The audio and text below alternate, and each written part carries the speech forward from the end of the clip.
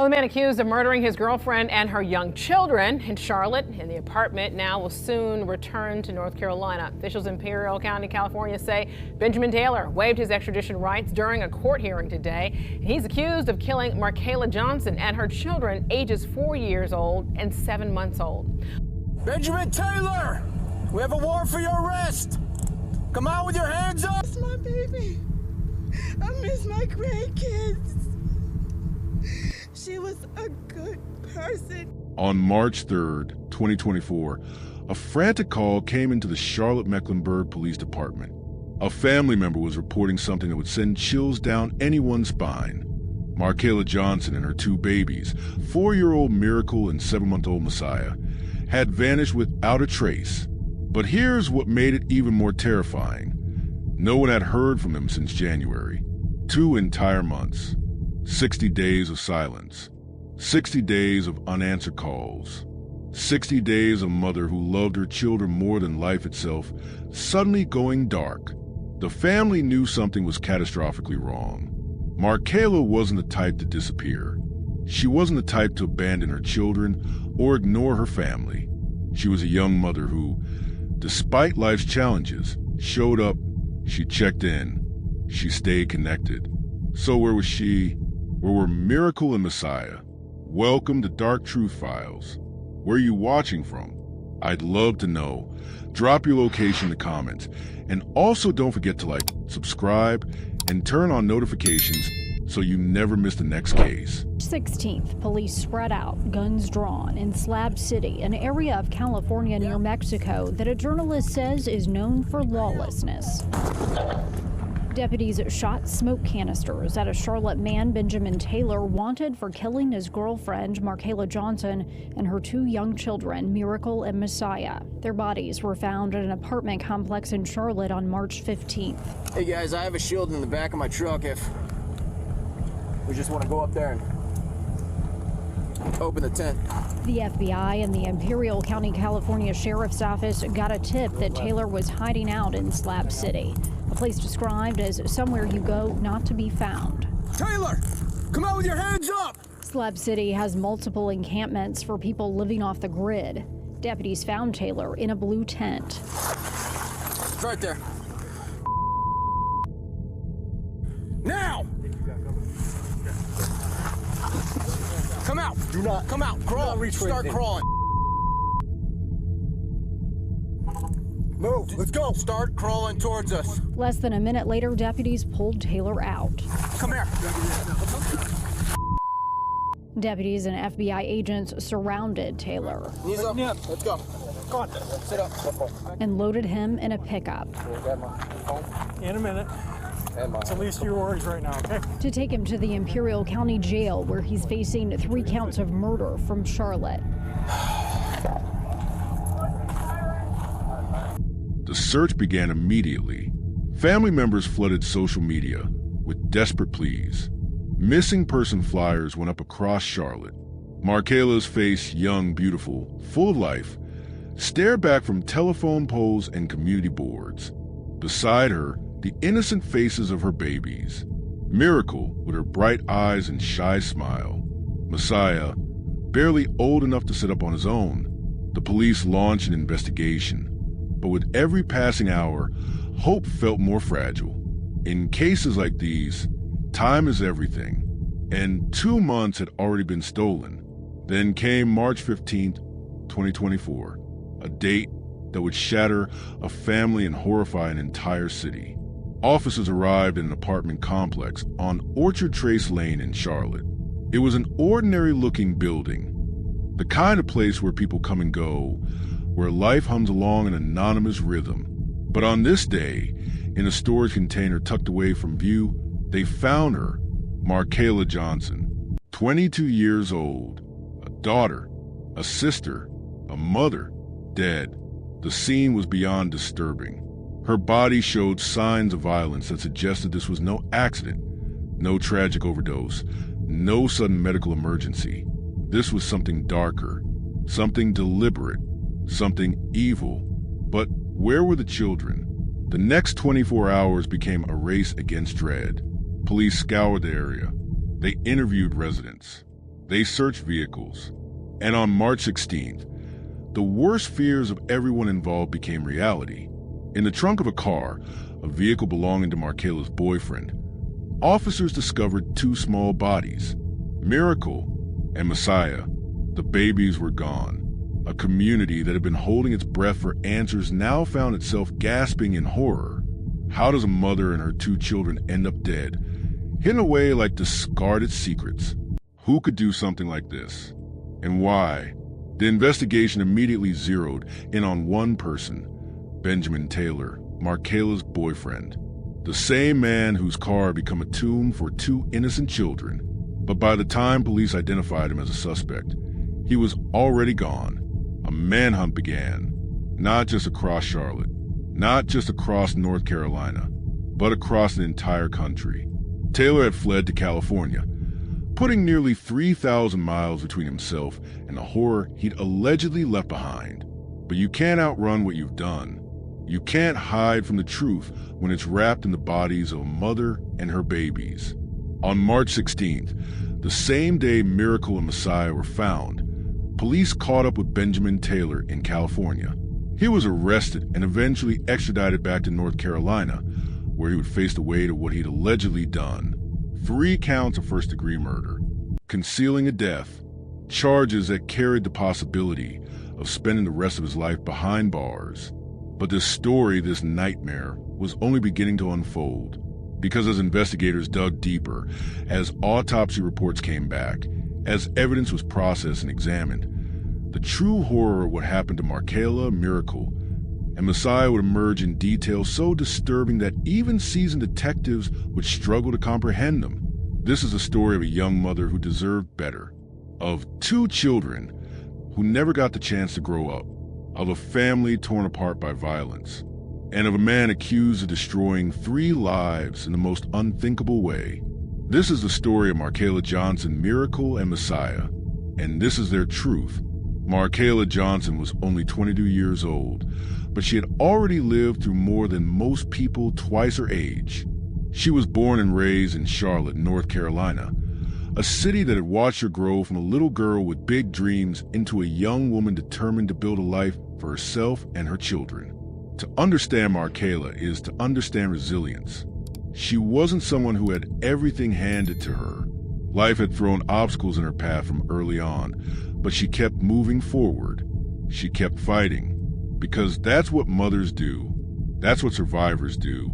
Those who knew Markayla describe her as loving, protective, and deeply devoted to her children. Miracle and Messiah weren't just her kids. They were her world, her reason for waking up every morning, her motivation to keep pushing through whatever hardships came her way. Miracle, her 4-year-old daughter, was at that beautiful age where everything is a discovery. She was curious, playful, full of questions and laughter, the kind of child who could light up a room just by walking into it. Markayla would post pictures of her on social media, capturing those fleeting moments of childhood joy. Miracle playing, Miracle smiling, Miracle being exactly what her name suggested, a miracle. And then there was Messiah, 7 months old, still so new to the world, still discovering his own fingers and toes, still learning what his mother's voice sounded like, still figuring out how to smile back when someone smiled at him. He was a baby who should have had his entire life ahead of him. First steps, first words, first days of school, graduations, love, dreams. But all of that was stolen from him before he even turned 1. Markayla's relationship with Benjamin Taylor was complicated, as many relationships are. They had been together for some time, and by all accounts, Taylor had become a fixture in the lives of Markayla and her children. He wasn't just her boyfriend. He was someone who was supposed to be part of their family unit, someone who was supposed to help protect and provide for them. But relationships aren't always what they appear to be from the outside. Behind closed doors, dynamics can shift, love can turn toxic, trust can erode, and sometimes the person who's supposed to keep you safe becomes the greatest danger of all. Markayla's family had stayed close to her throughout her life. They were the type of family that checked in, that called regularly, that showed up when needed. So when the calls stopped being returned, when the texts went unanswered, when weeks turned into months without a single word from Markayla, they knew something was devastatingly wrong. This wasn't a case of a young woman needing space or going through a phase. This wasn't someone who had decided to disconnect from her family for personal reasons. Markayla loved her family. She stayed in touch. She made sure they knew she and the kids were okay. So when that communication suddenly stopped in January 2024, alarm bells started ringing. At first, maybe it was easy to make excuses. She's busy. She's dealing with something. She'll call back soon.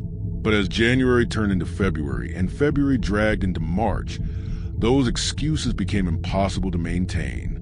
Something had happened to Markayla Johnson, and her family was desperate to find out what. What made the situation even more heartbreaking was the fact that Markayla had been trying to build a stable life for her children. Despite whatever challenges she faced, and there were many, she was working toward creating a safe, loving environment for Miracle and Messiah. She wanted them to have opportunities she might not have had. She wanted them to know they were loved, protected, and valued. In the photos that circulated after she went missing, you can see it in her eyes. The love, the determination, the fierce protective instinct that every mother knows. She wasn't perfect, none of us are, but she was trying. She was showing up for her babies every single day. And that's what makes what happened to her so much more cruel. Markayla's life wasn't defined by how it ended.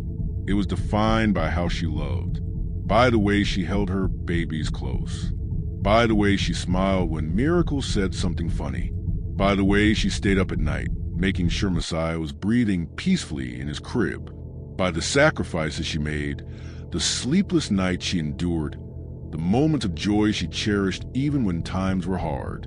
She was a daughter who made her mother proud, a sister who stayed connected to her siblings, a friend who showed up when people needed her. And most importantly, she was a mother who would have done anything, absolutely anything, to protect her children. But in the end, she couldn't protect them from the one person who should have been protecting them too. By early March 2024, Markayla's family had moved past worry into full-blown panic. They contacted the police. They filed a missing persons report. They did everything they could think of to find her and the children. They organized search efforts. They reached out to anyone who might have information. And through it all, there was one person who seemed conspicuously absent from the search efforts: Benjamin Taylor, the man who was supposed to be Markayla's partner, the man who had been living with her and her children, had seemingly vanished along with them. At first, this might have seemed like he was also a victim. Perhaps something terrible had happened to all of them. But as investigators would soon discover, Taylor's absence wasn't because he was missing. It was because he was running. Markayla Johnson deserved to watch her children grow up.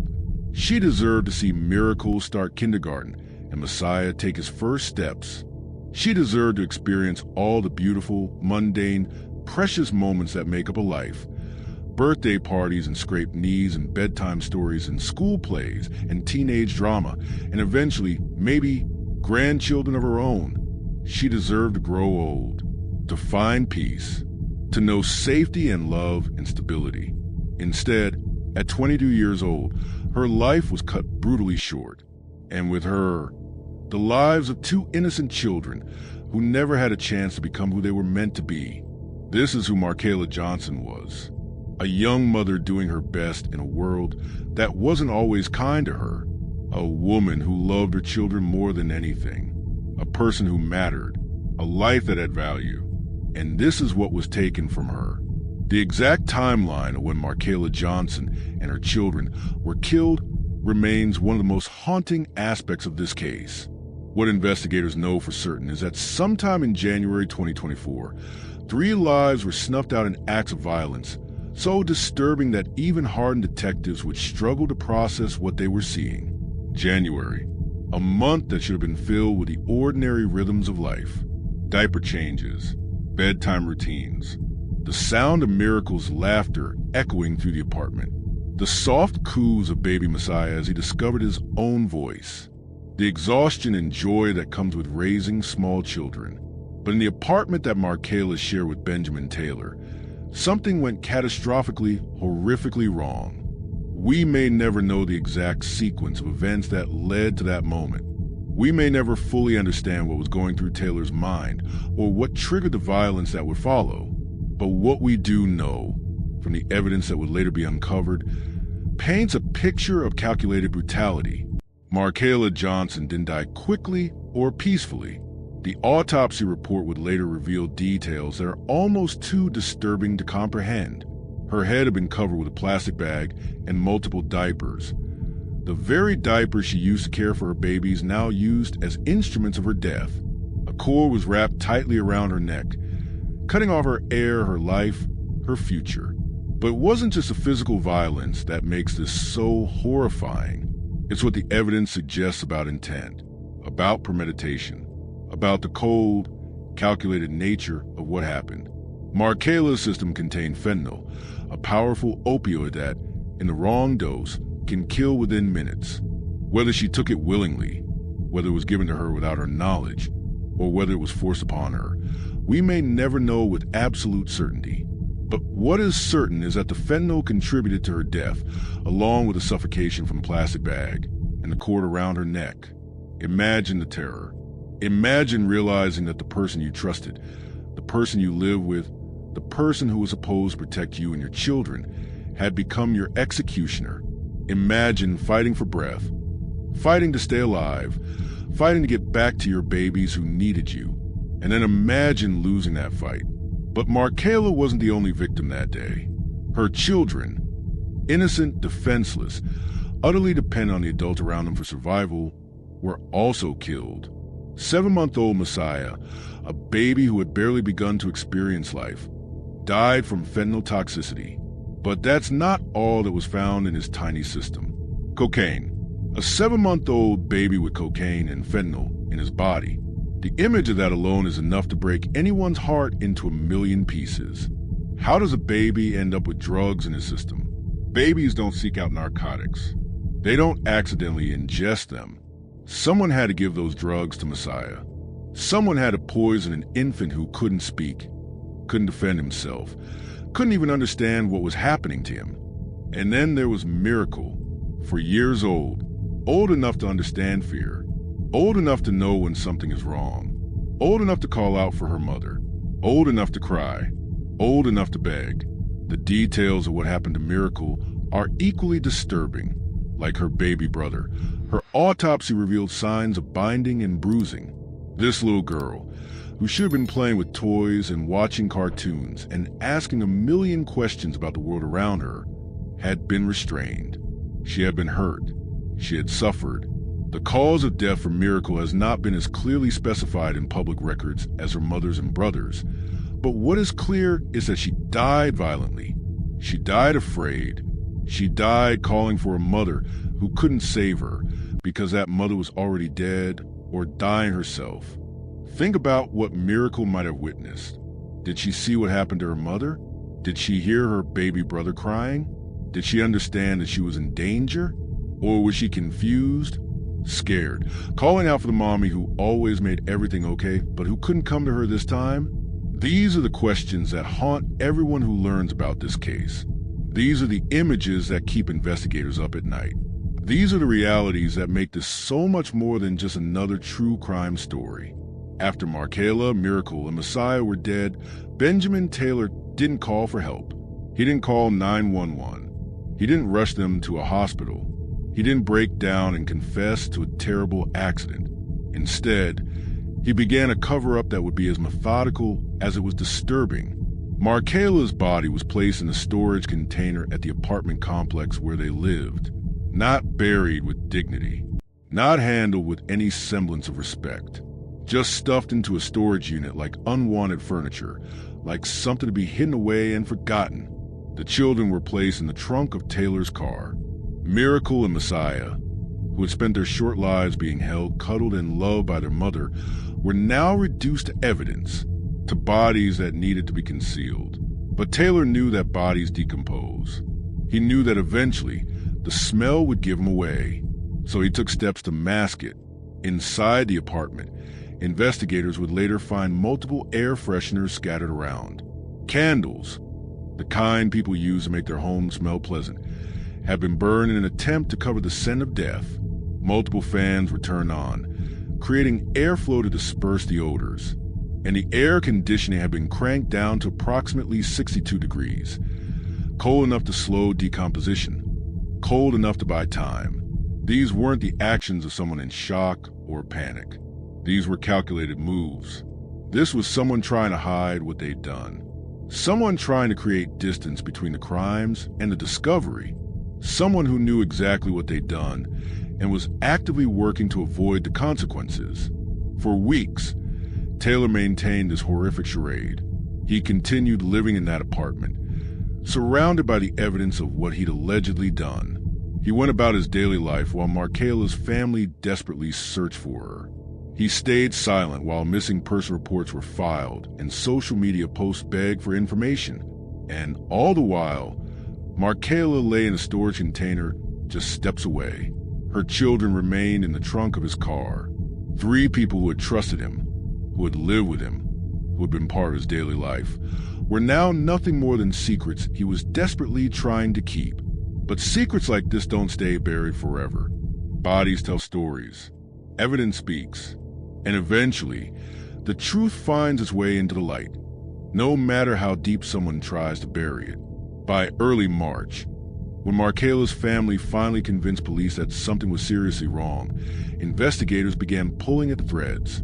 They started asking questions.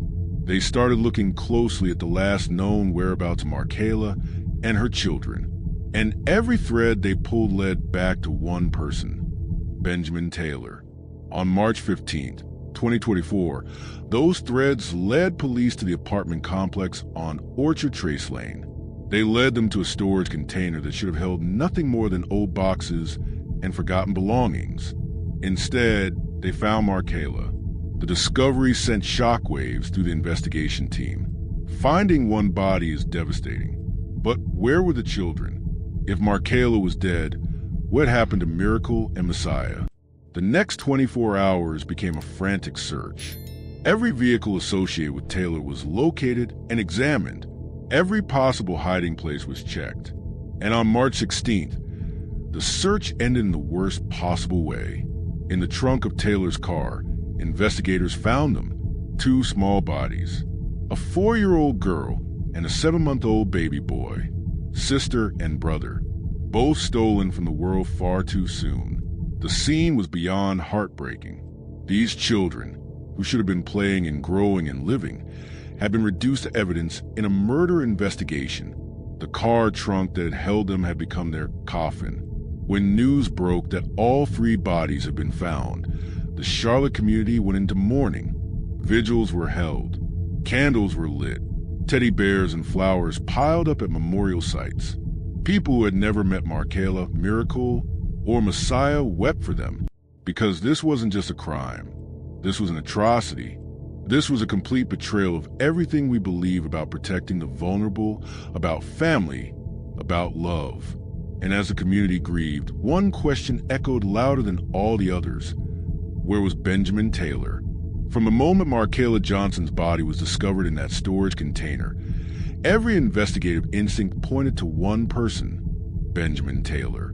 He wasn't just a person of interest. He wasn't just someone who might have information. He was a suspect, the only suspect, and he was gone. Benjamin Taylor had been Markayla's boyfriend, the man who shared her home, who lived alongside her and her children, who was supposed to be part of their family unit. But as investigators began digging into his background and his relationship with Markayla, a darker picture began to emerge. Taylor was 31 years old at the time of the murders, 9 years older than Markayla. He had been in her life for some time, integrated into the daily rhythms of the household. He knew the children. He knew their routines. He knew Markayla's family, her friends, her world. And most importantly, he had access, complete, unrestricted access to all 3 victims. When Markayla's family reported her missing on March 3rd, 2024, they mentioned that they hadn't heard from her since January. 2 months of silence. 2 months where a young mother who regularly stayed in touch with her family had simply vanished from communication. And during those 2 months, where was Benjamin Taylor? But here's what makes it even more disturbing. Taylor knew the family was looking for Markayla. He knew missing person reports had been filed. He knew the police were involved. And yet he said nothing. He offered no information. He didn't come forward to help with the search. He simply continued his life as if nothing had happened, as if 3 people hadn't been brutally murdered and hidden away like garbage. When police finally zeroed in on him as a suspect on March 15th, the same day they discovered Markayla's body, Taylor made a decision that spoke volumes about his guilt. He ran. He didn't stay to answer questions. He didn't try to explain himself. He didn't claim innocence or offer an alibi. Instead, he fled across the country to California, putting nearly 3,000 miles between himself and the crime scene, between himself and the bodies, between himself and the consequences of what he'd allegedly done. This wasn't the behavior of an innocent man. This was the behavior of someone who knew exactly what investigators would find and wanted to be as far away as possible when they found it. But you can't hide from murder. Not in today's world. Not when law enforcement agencies across the country are connected, communicating, and coordinating. The manhunt for Benjamin Taylor went nationwide. His face was plastered across news outlets. Police in California were alerted. And on March 16th, 2024, just 1 day after fleeing, the same day that Miracle and Messiah's bodies were discovered, Taylor was arrested in California. The man who had run 3,000 miles to escape justice had lasted less than 48 hours as a fugitive. Taylor was extradited back to North Carolina, where he would face the full weight of the legal system. He was charged with 3 counts of first-degree murder, 1 for each life he had allegedly taken. He was also charged with concealing or failing to report a death, a charge that spoke to the cover-up that followed the killings. But what investigators really wanted to understand was why. What possible motive could someone have for killing a young mother and her 2 small children? What could drive someone to commit such unspeakable acts? The answer, as it often is in cases like this, is complex and disturbing. First, there was the evidence of drugs. Markayla and baby Messiah both had fentanyl in their systems at the time of death. Messiah also had cocaine.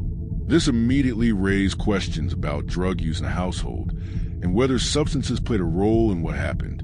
Was this a situation where Taylor was involved in drug use or distribution and Markayla knew too much? Was she threatening to report him or leave him? Did she become a liability that he felt needed to be eliminated? Or was this about control? Domestic violence often escalates when a victim tries to leave or assert independence. Had Markayla tried to end the relationship? Had she threatened to take the children and cut Taylor out of their lives? Was this murder the ultimate act of control? If he couldn't have her, no one could? The evidence suggests that whatever happened wasn't spontaneous. The plastic bag over Markayla's head, the cord around her neck, the diapers used in the suffocation, the drugs in the systems of both Markayla and Messiah, the binding and bruising on the children. These weren't the hallmarks of sudden rage or a crime of passion. This was methodical. This was sustained violence that took time. And then there was a cover-up, the storage container, the trunk, the air fresheners and candles, the fans and the lowered thermostat. Someone who kills in a moment of rage doesn't usually have the presence of mind to immediately begin such an elaborate concealment effort. But someone who kills with intent, someone who has thought about what they're doing and what comes next, that person starts covering their tracks immediately. Investigators believe that Taylor killed all 3 victims sometime in January 2024.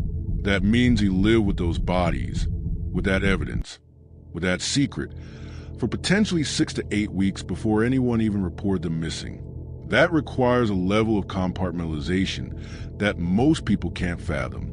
It requires being able to go about your daily life, eating, sleeping, maybe even socializing, all while knowing what you've hidden just feet away. What kind of person can do that? What kind of mind can maintain that separation between the horror they've caused and the normal face they show to the world?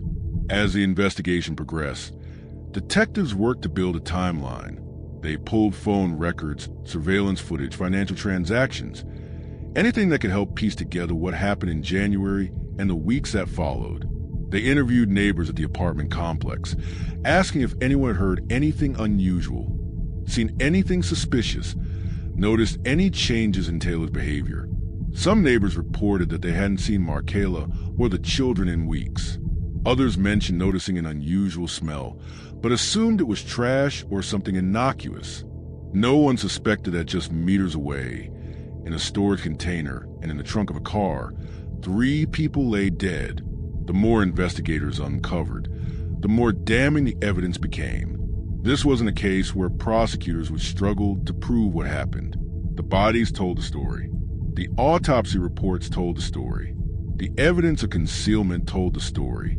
And Taylor's flight to California told the story. But understanding the motive, really understanding what drove someone to kill a mother and her 2 babies, remained elusive. Was it drugs? Control? Rage? Fear of being exposed for something? A combination of all of these? Perhaps the most disturbing possibility is that there was no grand motive at all. Sometimes people kill not because of some dramatic reason that makes sense to the rest of us, but simply because they're capable of it, because something inside them is broken in a way that allows them to harm the most vulnerable among us without remorse. The children's deaths in particular point to a level of cruelty that defies rational explanation. Miracle and Messiah weren't threats to Taylor. They weren't going to testify against him. They weren't going to expose his secrets. They were just children who happened to be there. Children who had seen too much or knew too much or simply existed as witnesses to what he'd done to their mother. Or perhaps their deaths were even more senseless than that. Perhaps Taylor killed them simply because they were inconvenient, because he couldn't figure out what else to do with them after killing their mother, because in his mind, they were obstacles to his escape, his freedom, his future. Whatever the motive, whatever darkness lived inside Benjamin Taylor's heart, the result was the same. 3 innocent lives were stolen, a family was destroyed, and a community was left reeling. Try to understand how someone could do something so unthinkable. As Taylor sat in custody, refusing to provide answers, refusing to show remorse, refusing to explain why he had done what he'd allegedly done, investigators continued building their case. They didn't need his confession. They had the evidence. They had the bodies. They had the timeline. They had his flight across the country. They had everything they needed to ensure that Benjamin Taylor would face justice for what he'd done.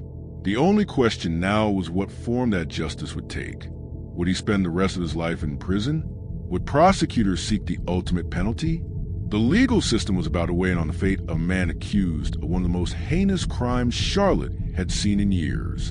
And Markayla's family, still reeling from unimaginable loss, could only wait and hope that justice would be served for the daughter, granddaughter, sister, and mother they had lost, and for the 2 innocent children whose lives had barely begun before they were so violently ended.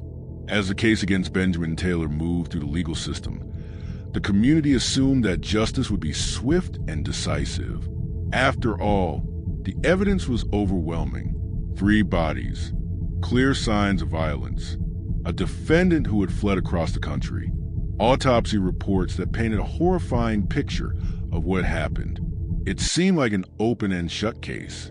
But the American justice system doesn't work on assumptions. It works on process, on procedure, on the painstaking construction of a case that can withstand the scrutiny of a trial. And as that process unfolded, several shocking developments emerged that would change the trajectory of this case entirely. The first major twist came in August 2024, when the full autopsy reports were finally released to the public. Until that point, the community knew that Markayla and her children had been found dead. They knew it was murder, but they didn't know the full extent of the horror that had unfolded in that apartment. When the details became public, the collective gasp could be felt across Charlotte.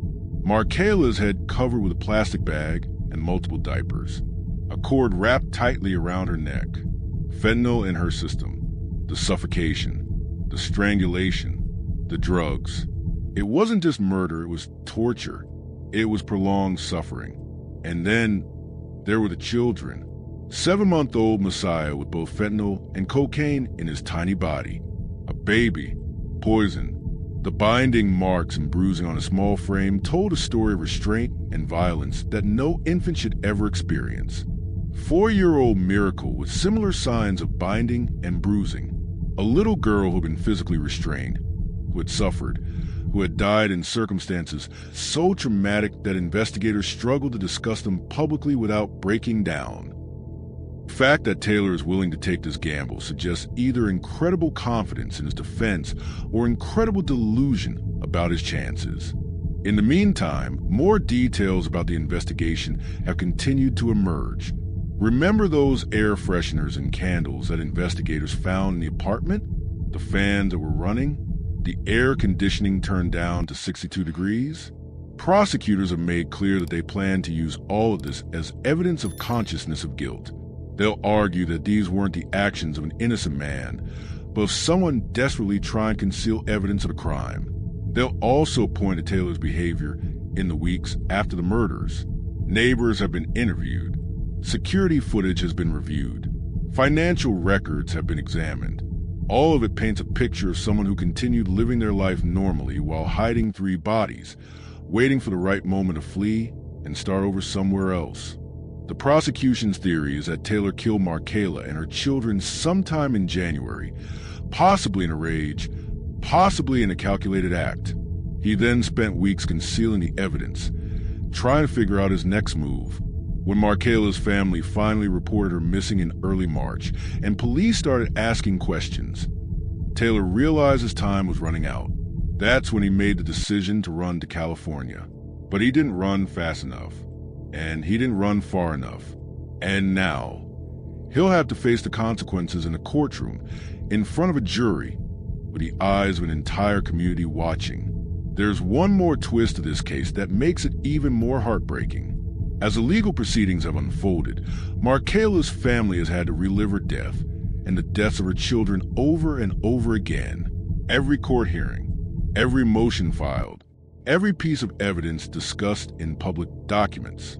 It's a form of ongoing trauma that compounds the original loss. They've shown remarkable strength and dignity throughout this ordeal. They've attended court hearings. They've spoken to the media about their need for justice. They've kept Markayla, Miracle, and Messiah's memories alive through social media posts and community vigils. They refuse to let their loved ones become just another statistic, just another case number in the system. But with the trial now looming on the horizon, they're preparing themselves for what may be the most difficult part of this entire nightmare. Sitting in a courtroom, feet away from the man accused of killing their daughter, granddaughter, sister, niece, and her 2 babies, and hearing every horrific detail of how they died. Justice, they say, is coming. But for Markayla's family, no verdict will ever bring back what they've lost. No prison sentence will ever undo the pain. No amount of punishment will ever make this right. All they can hope for is that when a jury hears the evidence, when they see the photos, when they understand the full scope of what Benjamin Taylor allegedly did, they will deliver a verdict that ensures he never has the opportunity to harm anyone else ever again. The trial is set. The evidence is ready. The prosecutors are prepared. And Benjamin Taylor, who thought he could run from what he'd done, will finally have to face it. As we approach the end of 2025, the case against Benjamin Taylor stands at a critical juncture. The trial, scheduled for December 31st, 2025, looms on the horizon like a storm that's been building for nearly 2 years. For Markayla Johnson's family, it represents both their greatest hope for justice and their deepest fear, that they'll have to relive the worst moment of their lives in excruciating detail in front of a courtroom full of strangers. Benjamin Taylor remains in custody in North Carolina, held without bond.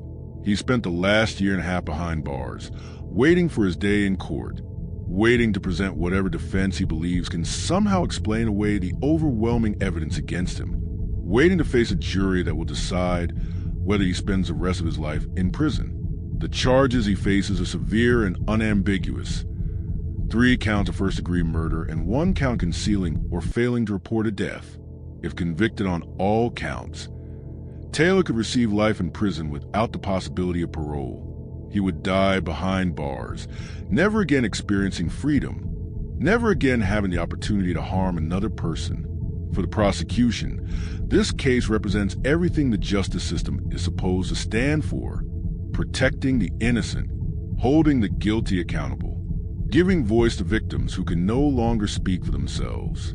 They spent nearly 2 years building an ironclad case, gathering every piece of evidence, interviewing every witness, preparing for every possible defense strategy. They're ready, more than ready. They want this trial because they know that when a jury sees the totality of the evidence, the bodies, the autopsy reports, the cover-up, the flight to California, there will be no reasonable doubt about what Benjamin Taylor did. But trials are never guaranteed. Juries can be unpredictable. A single holdout juror can result in a mistrial. A skilled defense attorney can sometimes create doubt where logic says none should exist. And that's what makes the coming week so anxiety-inducing for everyone who has followed this case. Markayla's family has been preparing themselves mentally and emotionally for what's to come. They've been meeting with victim advocates. They've been consulting with the prosecutors.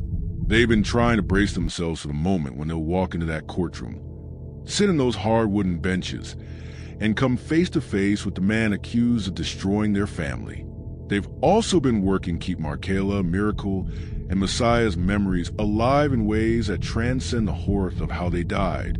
They've shared photos on social media, not crime scene photos, but life photos. Pictures of Markayla smiling, holding her babies, being the mother she fought so hard to be. Pictures of Miracle's infectious grin. Pictures of baby Messiah, tiny and perfect and full of potential. Because that's what they want people to remember.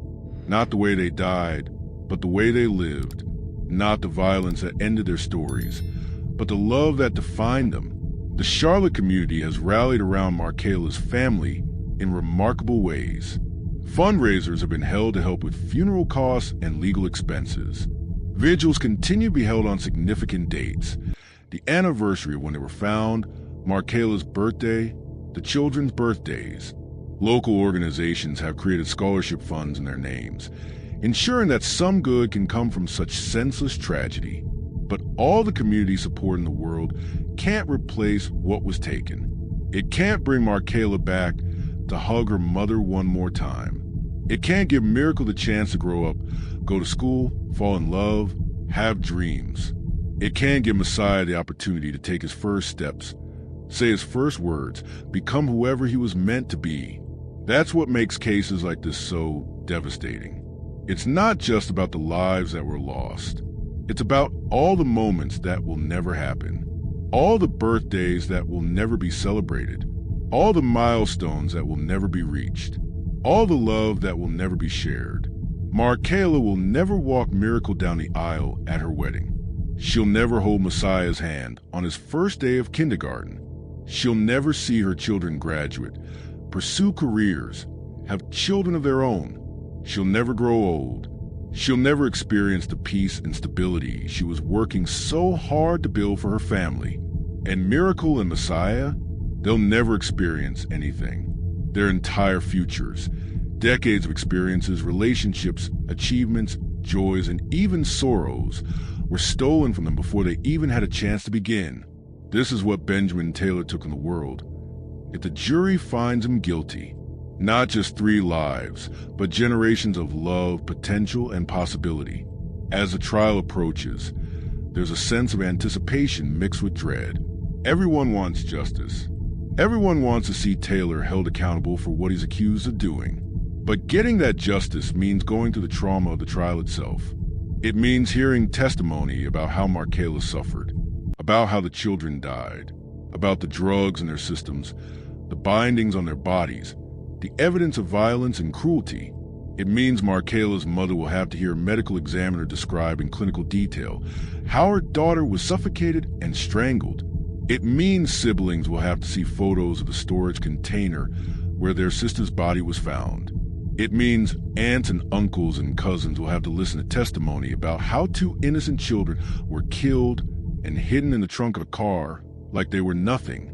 But they'll endure it because they have to, because Markayla, Miracle, and Messiah deserve to have their family there bearing witness, demanding justice, refusing to let their deaths be forgotten or diminished. The prosecutors have made clear their intentions. They're seeking life without parole.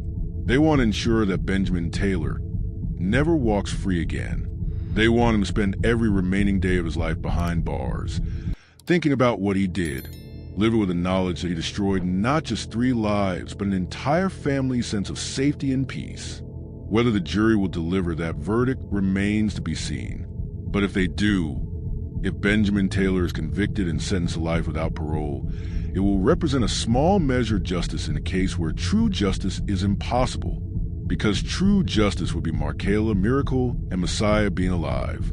True justice would be rewinding time and preventing this tragedy from ever happening. True justice would be those 3 beautiful people getting to live the lives they deserved. Since we can't have that, we settle for accountability. We settle for ensuring that the person responsible faces consequences. We settle for a system that, however imperfect, attempts to balance the scales in whatever limited way it can. Markayla's family has said publicly that no verdict will bring their loved ones back. No sentence will heal the wound that's been carved into their hearts.